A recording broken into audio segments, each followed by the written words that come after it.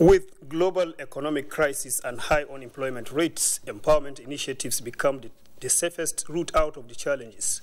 Consequently, the present administration rolled out a number of intervention schemes with the Special Public Works engaging 774,000 unemployed across the country, being the latest.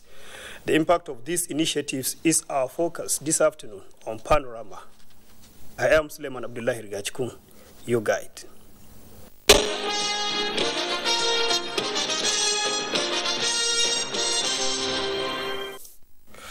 The renewed offensive operations by troops of Operation Turatake Bangu under the Operation Dole Theater has continued to inflict casualty on the Boko Haram terrorists and the Islamic State of West Africa Province ISWAP criminals. A statement by the Director, Army Public Relations, Brigadier General Muhammad Yarima says, among the latest exploits is the ambush by troops on terrorists along Banki Junction, Pulka Axis, Borno State, killing two of the most wanted terrorist commanders. Brigadier General Yarima notes that several arms were recovered from the criminals. The Chief of Army Staff, Major General Ibrahim Atahiru, commended the troops for the feat and further charged them to intensify aggressive clearance of the Sambisa forest and environs.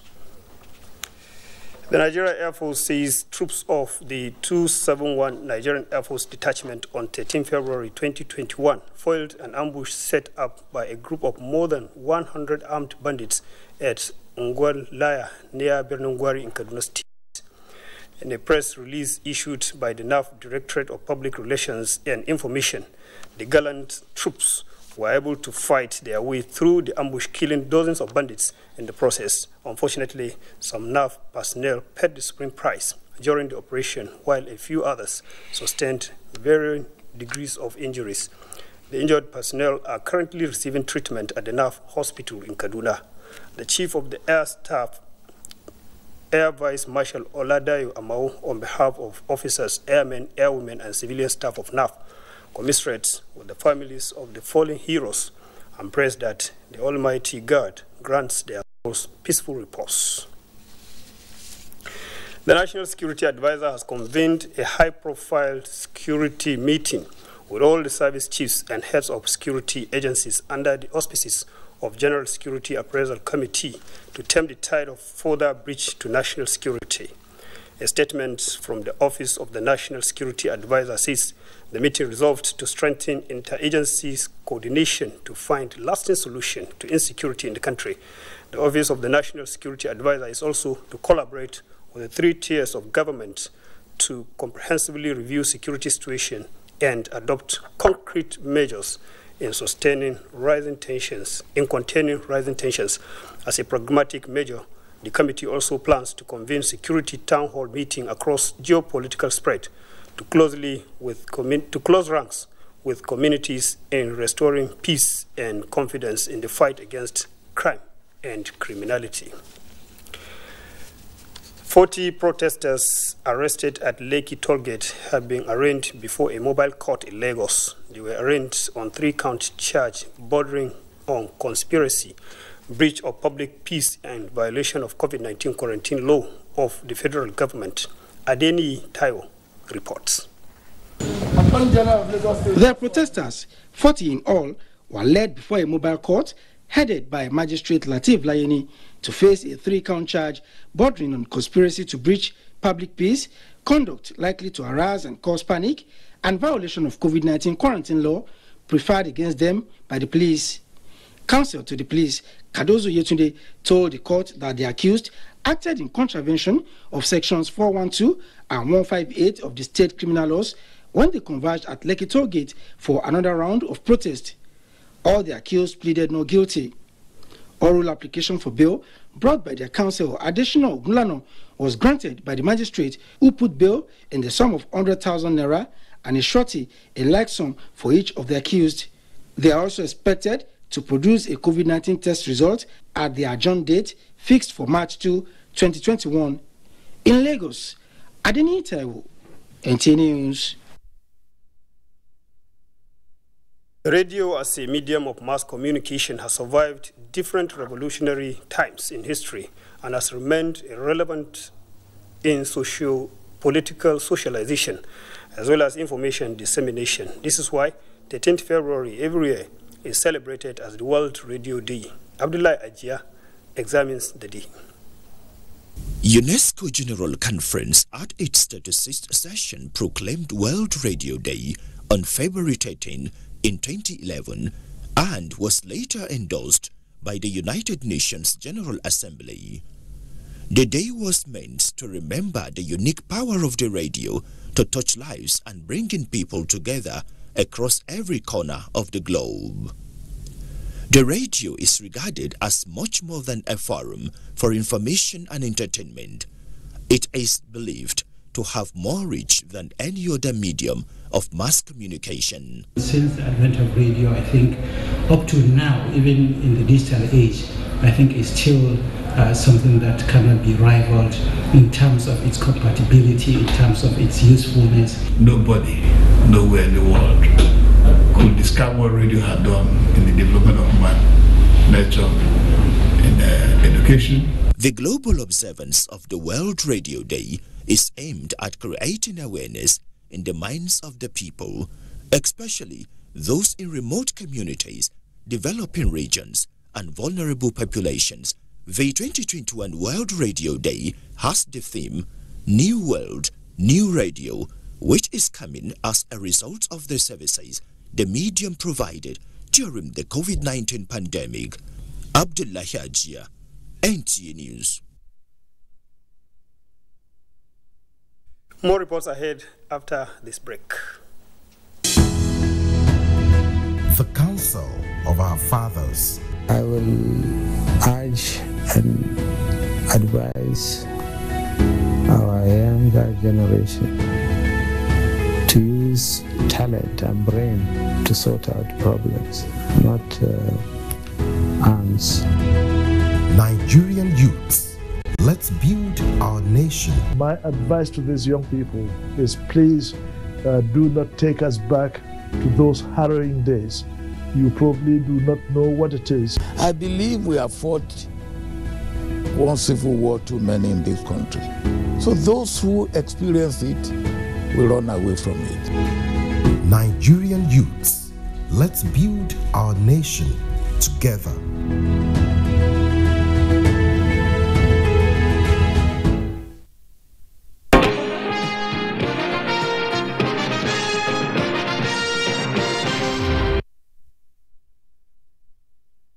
To create jobs for Nigerians, the federal government Special Public Works Program has kicked off in Kaduna State with 23,000 beneficiaries. Ahmad Umar Kuda reports that beneficiaries are in high spirit. This signals the commencement of the federal government Special Public Works Program in Sabangaru local government area of Kaduna State. The program will be carried out under the supervision of the National Directorate of Employment. The selected beneficiaries are now to carry out environmental sanitation-related works, 20,000 naira monthly stipend. It is a privilege being a part of this program, and I really appreciate the recognition by the current administration of President Muhammad Buhari for recognizing how people are and creating this program. I'm very grateful for this program. I'm very happy for it. I hope this will be helping us. Kaduna State Coordinator of the National Directorate of Employment, Sani Mewada, is optimistic about the impact of the program, emphasizing the need for effective participation of beneficiaries. You have seen where we have demonstrated the work, how it should be. So that is why we are in Sabangari local government. We have invited almost all the participants considering the COVID-19 protocol. The program is designed to last for 3 months with selected beneficiaries across the country. In Kaduna, Ahmad Umar Kudang, NTA News. Nigerian youths who leverage the opportunity provided by the federal government through a number of its empowerment programs are making gains in different schemes and adding value to the nation's economy. Achari Maxwell, who met some of these youths, brings back their testimonies on how the life-changing skills they acquired through the various schemes are impacting their lives and others. Adamu Usman, popularly referred to as Yesco, is one of the beneficiaries of the numerous federal government youth empowerment programs. He was trained in footwear production. Adamu started small and did not despise his days of little beginning. He started in a one-room apartment block, and when I got loan, I was able to expand my place. I moved on to this place.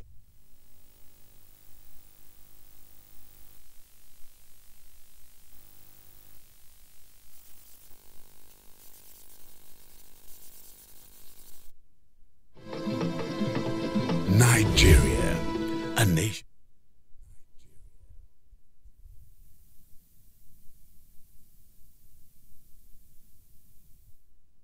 Nigerians are known to be very hardworking and resilient people. In our history as a nation, there have been many storms, but just like the eagle, there. Well, let's pick it up from here by going straight to updating you on the latest figures with COVID-19 cases. 1,143 new infectious cases of COVID-19 have been reported by the Nigeria Center for Disease Control (NCDC) as at Saturday, 12th of February 2021. Lagos State has the highest figure of 319, FCT 157, Kwara 90, Oyo 74, Enugu 72, Nasarawa 69, Imo 58, Oshun 51, and Gombe 49. Others are Kaduna 31, Edo 23, Katsina 23, Kebbi 23, Ogun 22, Kano and Rivers 19, Ebonyi 18, Plateau 14, Delta 7 and Ekiti 5. This brings the total number of confirmed infectious cases to 145,664. 120,399 persons discharged and 1,747 deaths.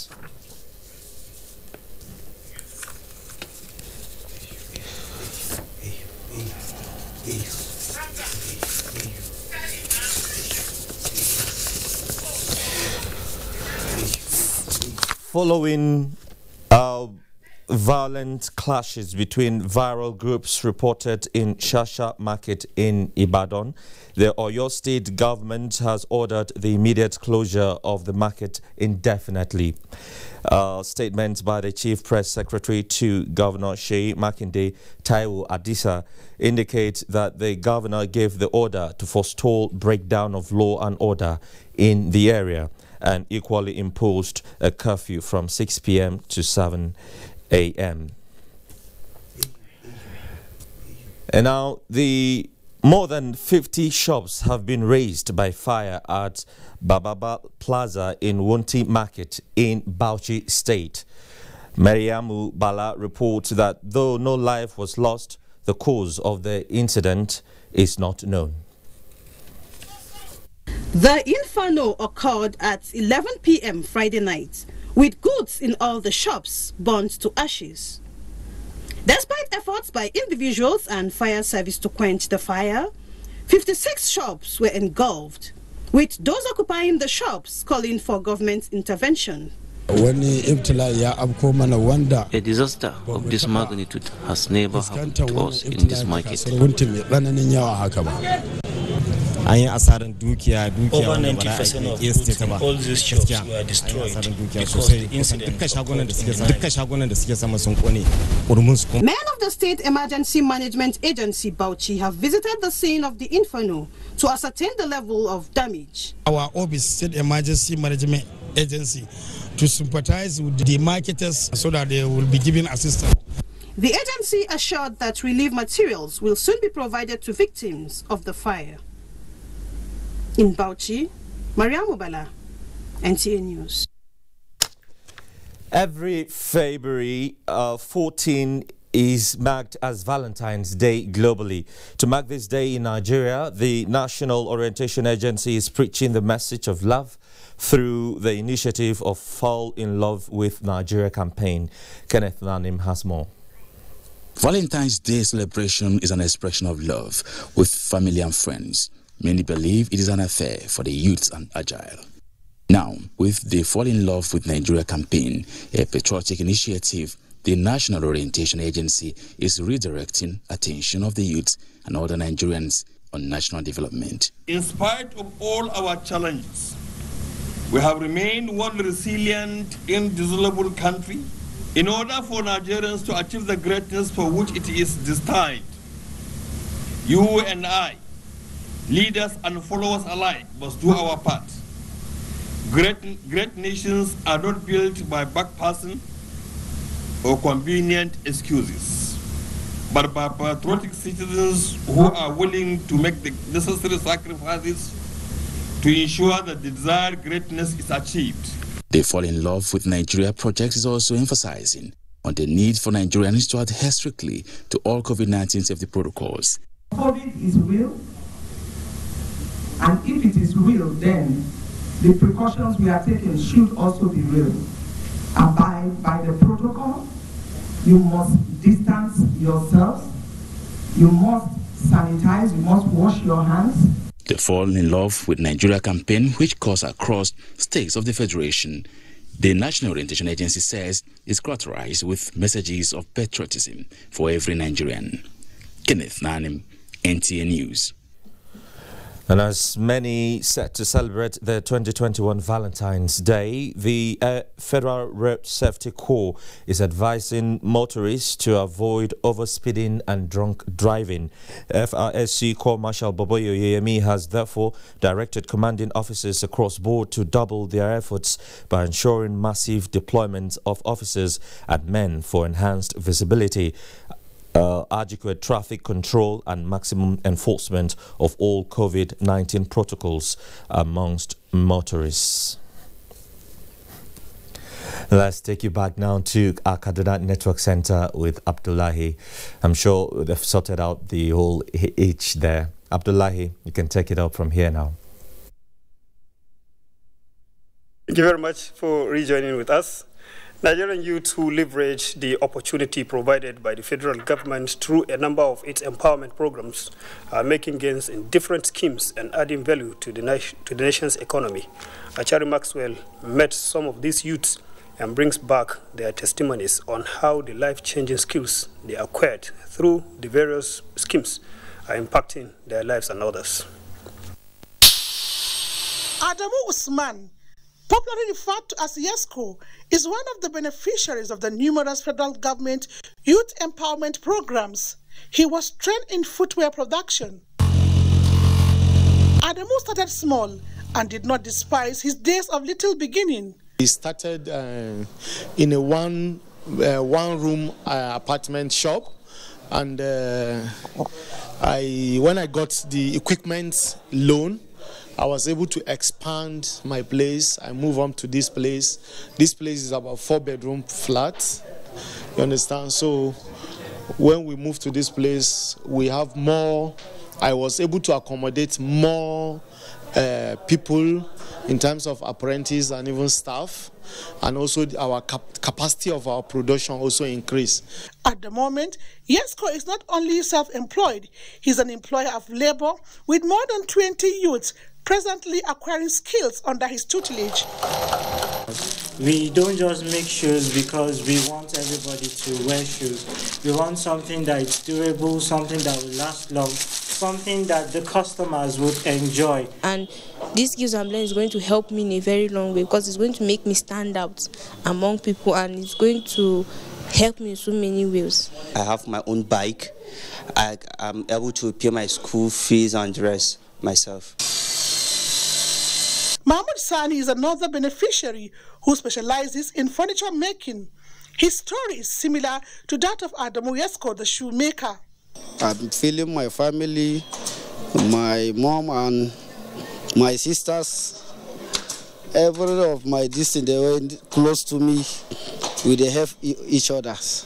Stakeholders believe that the federal government youth empowerment programs, if sustained, will make more millionaires in Nigeria and eradicate poverty, give hope to the hopeless, and push the economic growth of the nation faster. In Kaduna, Achari Maxwell, NTA News. Thank you, Achari, with us to shed more light on the impacts and advantages of interventions by the federal government.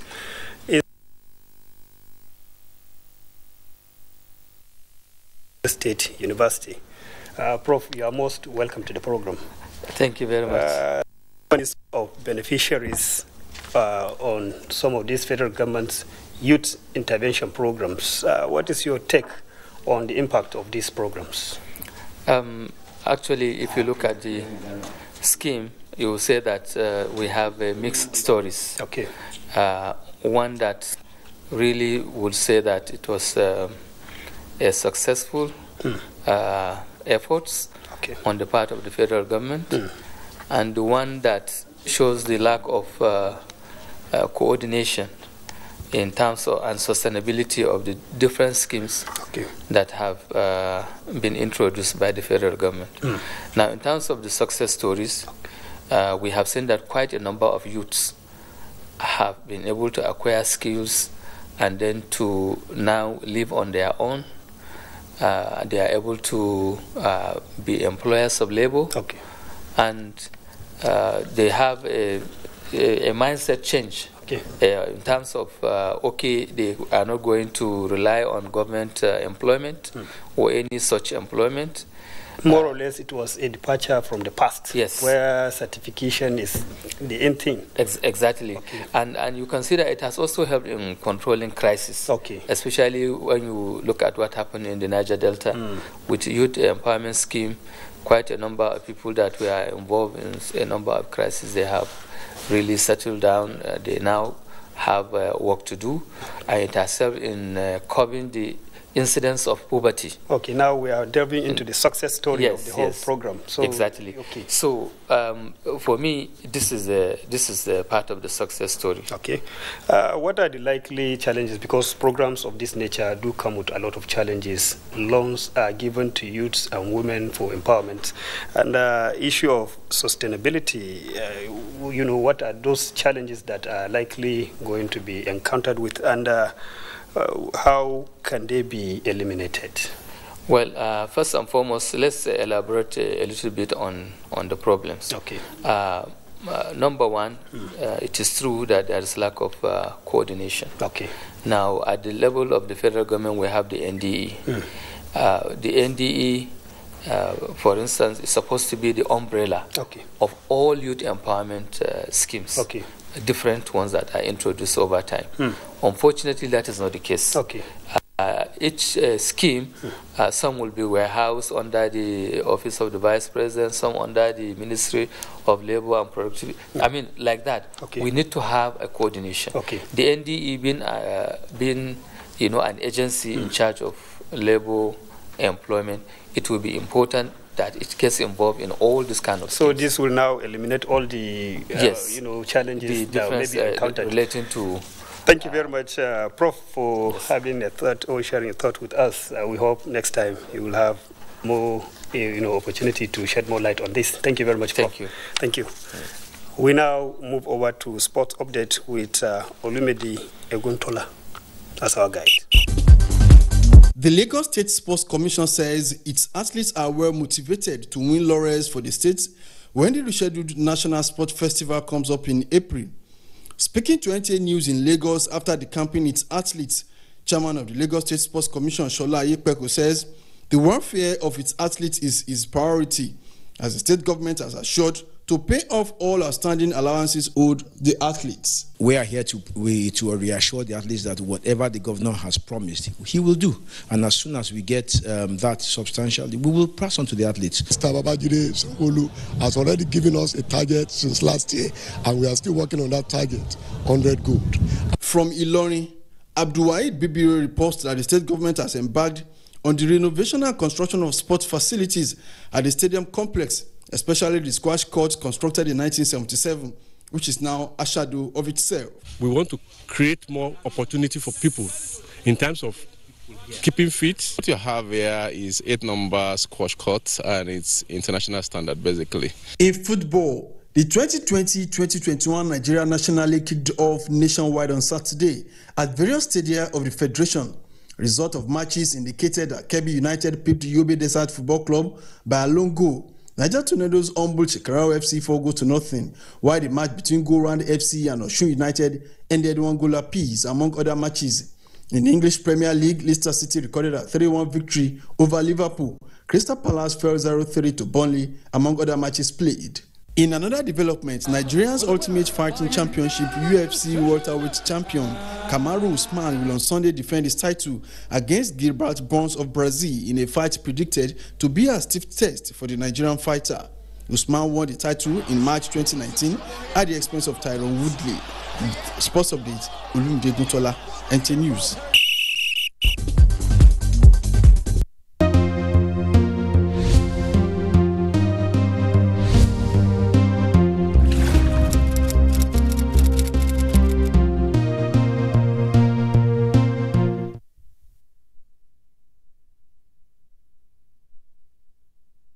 Thank you, Olumide. That is the news panorama. Thank you for being with us.